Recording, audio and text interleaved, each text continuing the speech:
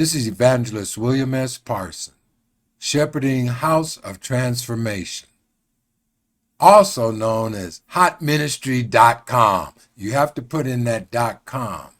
It would help. Where Were You is a ministry where we take the lives of ordinary people and tell their stories of how they came through some extraordinary situations. Our goal with Where Were You is to encourage someone where hopelessness may have seemed to got into you. We want to be a light where darkness have seemed to overcome you. We want to bring peace to your life, to your heart, maybe open up a better way of life for you. This is what our goal is with hotministry.com. Well, hello, Janie. How are you doing today? I'm doing great. Thank you for asking. So glad that you're here with us today and you're willing to share your story. I know a little bit about what's going on, what you're going to inform our audience about today. But can you start us off maybe a little before you found out your challenges? I met my current husband actually on Match.com, and it was like inevitable because we kind of knew each other like before we even met each other. Wait, you met on what? Match.com. Okay, Match.com. I just wanted to hear that. Okay, I didn't mean to interrupt you. Go ahead. So you met on Match.com. And it was meant to be. We actually had grown up in the same town but never met each other. We went to the same school together, never met each other, went to the same college. We worked in the same school districts. But as I like to say, God put him in the right place at the right time for me. He knew when the best time was for me to meet Brett. When is it that you started noticing things happening to your physical body? Probably January of like 2020, I was having, which I thought was restless leg syndrome. And I was having cramps and things like that in my thighs. And I kept going back to the doctor and I thought it was, I have fibromyalgia.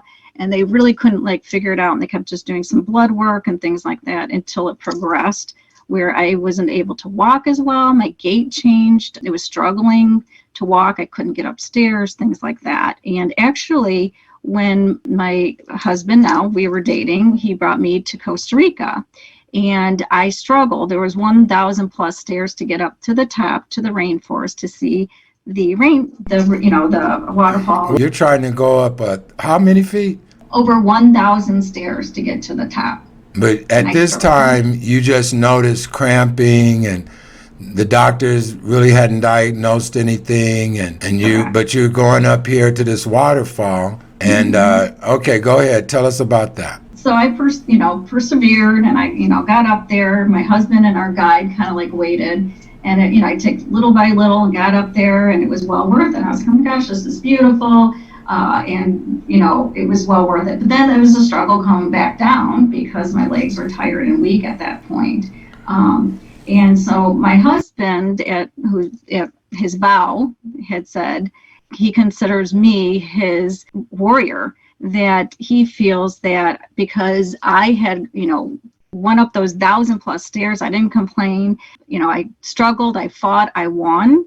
And that's how I feel with the whole ALS diagnosis is I'm going to continue to fight. I'm going to continue to win. I'm going to continue to have a positive attitude. I'm, very grateful for everything I have. I look at every day with gratitude and I thank God each day for a new day. Amen, amen, amen. So you was up on the mountain, you came down, and your husband started nicknaming you and everything already. And neither one of you all really knew, but he saw something in you that was remarkable. Yeah, exactly. He knew I was struggling with my legs, but we didn't know what was going on. But he was just like, okay, and I'm stubborn, he's stubborn.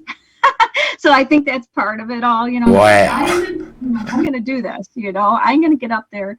I never had been out of the country. It was the first time I'd ever been out of the country, saw such beautiful views and I didn't want to be like, not be able to do those things. And so I persevered and I won the battle with my legs and did not know I had ALS at the time. Well, tell us, that's sad. Every time you say that, it just kind of jolts me. And your courage that you're showing and your willingness to face it the way you're facing it is quite remarkable. So we come down from the hill. How did this marriage thing start? You all weren't married at that time, were you? No, we were dating. And when I got my diagnosis back in December 22nd, 2021, I said to Brett, I said, I'm giving you out. I know this is not what you signed up for because this is going to be a very long, difficult journey with me. And I get touched up every time I say it. And he said, no, I signed up. When I swiped right, I signed up for all of you, not part of you. I love all of you. So I'm here for the long, journey. I'll pick you up when you fall, things like that. So, and he's been remarkable. He's been remarkable. That's why we just have to have a little word from that brother there. Okay? Because, you're right. It's remarkable. It's remarkable. A lot of times, people run from things. But it seemed like you all in that spirit and being with each other, same town, same school, that energy, some kind of way finally connected. And here we go. So tell a little bit about the engagement, a little bit about the wedding. So the engagement, like with Brett and I, we always say there's always some kind of something that happens, right? He actually wanted to propose. We were supposed to go to Amsterdam, planning to propose. Okay. But then Amsterdam had closed down because of, COVID. So my husband, my boyfriend at the time, quickly rearranged and got us to Cancun, Mexico. And, I had gotten the diagnosis. We literally left within 48 hours to Cancun.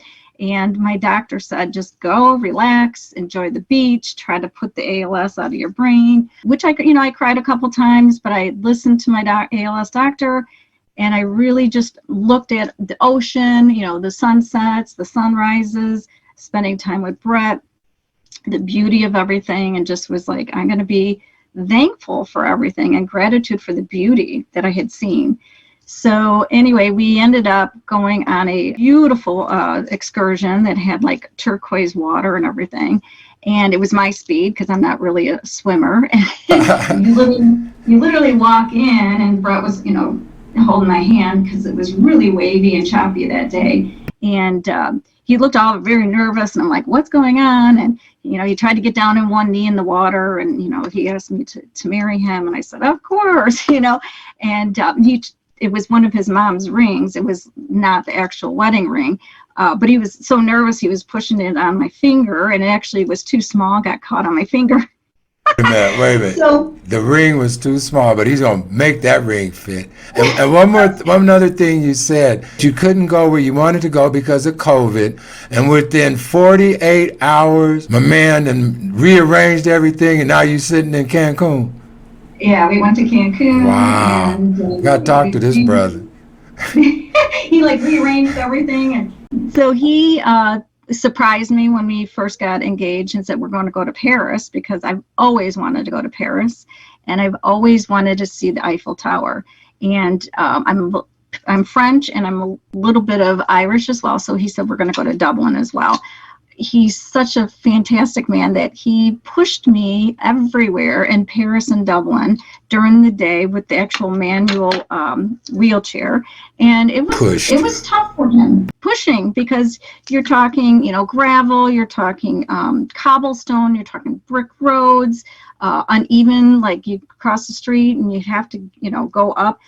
He had his work cut out for him, and every day he pushed me. And then the evening he rented me a power scooter, so that way he could take a break and I could kind of be a little bit more independent, and we'd go shopping and things, like go to dinner and things like that. So that's that one. There's a picture of me in the scooter, because again, that was my fun way of getting around. And then I cried, actually. I had happy tears when we got to the top of the Eiffel Tower, because it had always been my dream. And even though my physical ability is limited, he made it possible by having me be able to get up there. And I cried because I was like, this is a dream that come true. He started crying because I cried. It was just phenomenal feeling to be I have there. to talk to my man. we're going to put him on. We're going to put him on right with you. But he's a firefighter, a bull rider. He's not going to quit. He is not going to quit. Oh, praise God. And I know there was a picture of us with the Mona Lisa. That was kind of a shock to both of us. In Paris, we didn't realize if you're handicapped, you're able to go ahead of the line. And so they called Brett and I over and we're like, what's going on? They're like, no, you're not supposed to be waiting in line. And we're like, what? And they actually cut us in front of the line, and we got to go behind the partition, and we got up really close and personal to Mona Lisa. So we're kind of like, what's going on? And afterwards, after we were let out, I started crying again. I said, oh my gosh, I was just touched by the human kindness and consideration for somebody that has a disability made possible by my husband. I would have never been able to view and go to Paris to see all the beautiful castles that we saw in Ireland, Dublin. And that was a hard feat for him too, getting up, the gravel, up hills, pushing me down steep hills. He persevered. I persevered 1,000 steps. He persevered pushing me in a wheelchair. Yeah, he the man, okay? He the man right now. That's what we say. He the man. Okay. Introducing new meat, a very new product for your skin. And for the inside, yes, we have something there for you as well. Together, it is a health choice that I'm sure you will enjoy. Check it out. New meat. Well, guess what? I have found Brett himself. Brett is right here with us. How you doing today, Brett? I'm doing great. We've heard a lot about you. We've heard so much about you and how fabulous you are. And I just wanted to take the time to personally say, you're one hell of a guy. I appreciate that. Just a man doing a thing. You're doing a great thing that a lot of men, we could learn from you.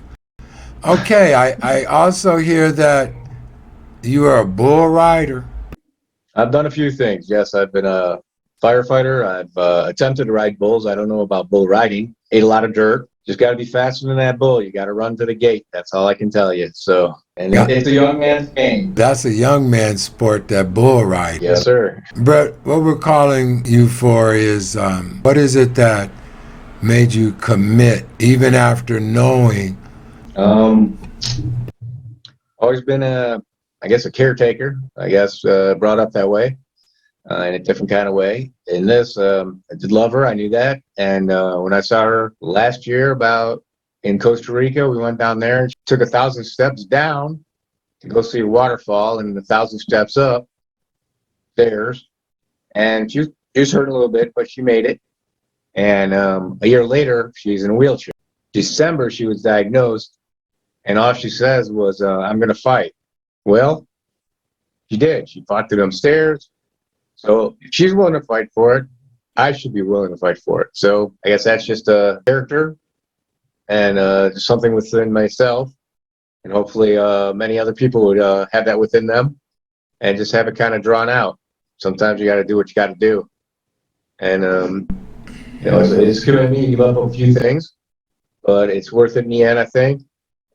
So to answer your question, I can't really put a pinpoint on it. If I could, I would market it. But the fact of the matter is, it's got to be something inside you. So I do appreciate that. Those are all high compliments. I don't know about courage.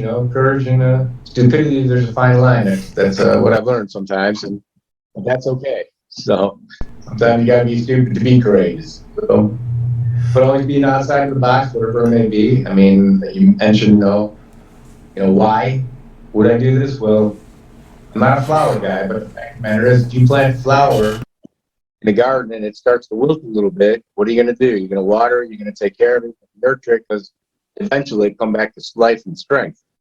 And that could happen to Janie at any moment. So, again, she's the flower, and then, of course, it will blossom into a magnificent rose. I thank you. We love you. We're going to be praying with you. Thank you. And I really do appreciate you taking a little time. I know she has not heard or seen this interview at all, so it should be a pleasant surprise. And thank you so much. Thank you for your time. I appreciate it.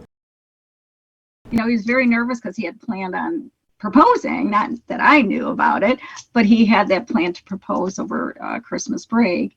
And he proposed on December 30th, 2021. And so we were like, oh, you know, as soon as we got back to the States, that ring was stuck to my finger. We were trying to get it like cut off in Cancun, Mexico. They were saying $1,000 to get it cut off because they didn't have the tools. So literally, like, my husband used to be a firefighter, so we lived next to the fire station. We had to have a EMT come over on January 1st and actually cut off the wedding ring, or the engagement ring. Wait, Janie? You mean you came back and you literally couldn't get the ring off your finger? The ring didn't want to go nowhere. That's all. You can see in the photo, my finger's pretty swollen. We tried everything, like everybody said, ice and like the string method, and literally we tried everything. And so I was like, I was a trooper. I just kept icing my finger, and I was like, oh, we'll just take care of it in the States, which we ended up doing. And then when we got home, I got my beautiful ring that he, you know, actually the real engagement ring, which was his mother's ring. And unfortunately, Wow. I don't have it today because we're getting it appraised right now. But it was his mother's wedding ring. And he said, let's get married on Valentine's Day to honor his parents. So we got married at the courthouse on February 14, 2022, with my 2 boys and my daughter-in-law. We decided that that was going to be our wedding day. And it was kind of, you know, really a fast turnaround. But some of our thoughts was, was still able to walk. I'm still able to talk, because with ALS, you don't know the progression, how fast it will take you. So we were saying it's very important. I was able to still, you know, even with the cane, I was still able to walk down the aisle and have, you know, use my voice and to be able to, you know, say my vows and things like that. So February 14th, we had our first wedding. And then we decided we were going to renew our vows in front of family and friends. And so we just had our second wedding. Now, which woman can say they got married twice within a few months? But I did. And so June 4th, 2022, we had gotten married in front of all of our family and friends. And my boys walked me down the aisle because I do struggle with walking. And so they gave me away at the altar. So that was very, very special. Amen. And then I was crying because he was saying, he calls me his fierce warrior. He'd seen firsthand me walking up the 1,000 stairs, unbeknownst to us a year ago, that I actually had ALS. But he calls me his fierce warrior, and that, you know, I continue to surprise him each and every day. So because of blue roses being a symbol of, you know, impossibility, miracles, mystery, I actually had, you know, the tattooed on my wrist because I wanted to be an ALS conversation piece and awareness for others. So when they see my tattoo, wow, you know, it's a, you know, blue rose, that's very unique.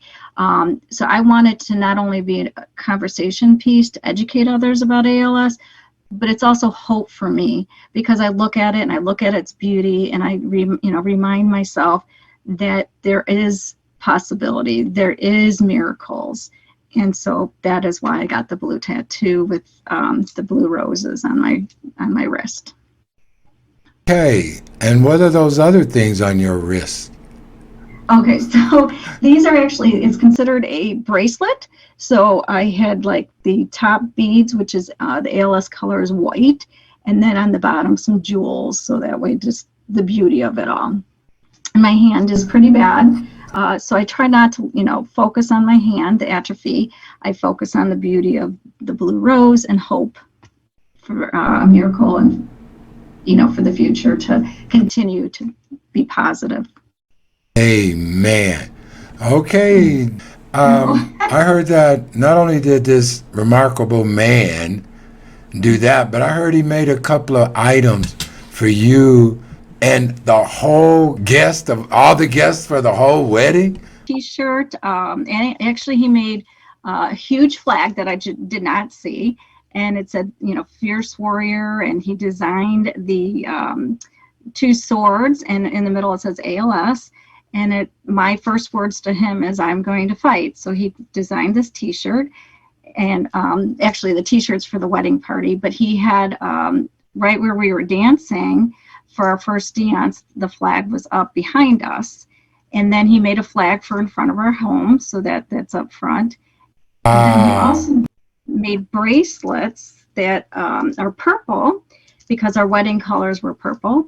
And it says, fierce warrior, ALS, I'm going to fight. And he gave those to every single person at our wedding. His just profound, touched by me, being that I'm so positive and I have the will to fight. And he feels I'm very strong, so. You are very strong. You are very, very strong. I mean, I can't wrap my mind around it. Can you, do you mind sharing just a little bit past the wedding, maybe a little bit of what you deal with, what you're really facing, and then get into the ALS with your son and how you all are dealing with that? Yes. Definitely was devastating news. I get touched up every time I think about it. We really didn't know what was going on. We thought, maybe it was MS, because my nephew has MS. But when, you're sitting there in the office and you get the diagnosis, you're just like, what? You're like shocked. My doctor, Dr. Puro, amazing doctor. Again, I think God put him in that path to meet me, because I actually had been on a wait list.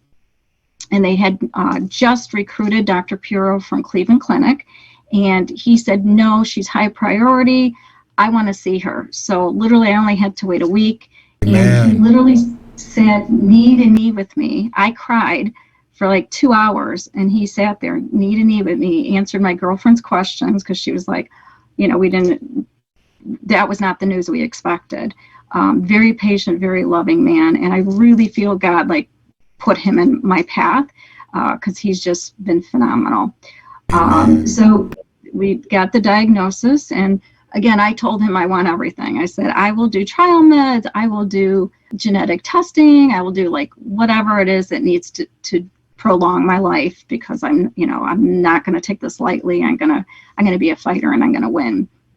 And so I have Radicava, I have infusions that I get. It's a 14-day cycle. Every month I have to do 10 infusions within 14 days, and then I rest 14 days.